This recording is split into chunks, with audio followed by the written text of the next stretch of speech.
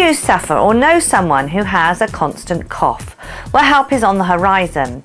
It's being hailed as the most effective treatment for coughs ever created. A drug called AF219 comes in the form of a twice-a-day pill and has been found to reduce cough frequency by 75%.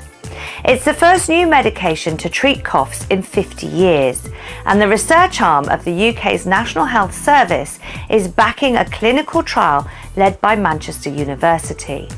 If that goes well, scientists say it could be on our shelves in 2 to 3 years' time. The drug works by blocking receptors in the throat nerve that actually trigger the cough reflex, which will be welcome news to the 15% of Britons who suffer from unexplained coughs. My tip would be, if you're coughing at night time, put Vicks on the bottom of your feet and put socks on top.